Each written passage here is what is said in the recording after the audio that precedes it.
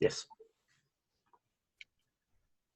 Okay, please welcome speaker number 5, Kevin Broughton, evaluating Karen Linley's speech. Kevin Broughton. Karen, wherefore art thou, Karen? Thank you very much. Karen Linley, a rose by any other name. What an awesome way to attract us into a speech about what was an exercise in self-deprecation with a very happy ending. A roller coaster of stories and anecdotes and elements that turned around and made anyone that has a name, for example, Kevin, think about all of the derogatory elements that come with the name and how unfortunate or fortunate we are to have been given that name.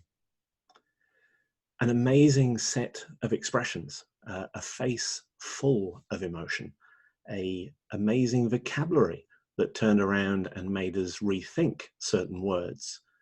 I particularly remember the connotation of white being a buff beige. And I love the elements of using language which we don't hear all of the time around events being surreptitious. All of this makes us draw into that storytelling and how that was done. Particularly like the fact that given there was a small amount of space, I didn't feel like this was a video presentation.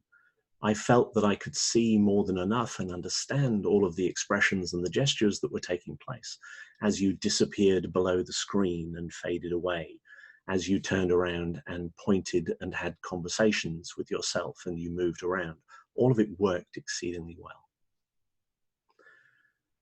If I had your skills and I were looking at a couple of things to be able to improve on, then there's two elements that I was taught when I was being told this is how stories work. One of them is about giving the audience enough time to absorb the information that you've given them. So slowing down a little in what it is that you're saying. But the other, probably a bigger challenge, is recognizing that we like to have detail. We like to have something that puts in context the stories that you're telling us, rather than it just being random events that we can't necessarily address. So the more information we have, as well as it being personal, the more relevant it is to us to be able to understand. So when you're talking about something about being in the office, 2 months ago when I was in the office in Hobart, that extra piece of information would turn around and give us more credibility to the story that you're telling us. I just really enjoyed the fact that you rounded out the story.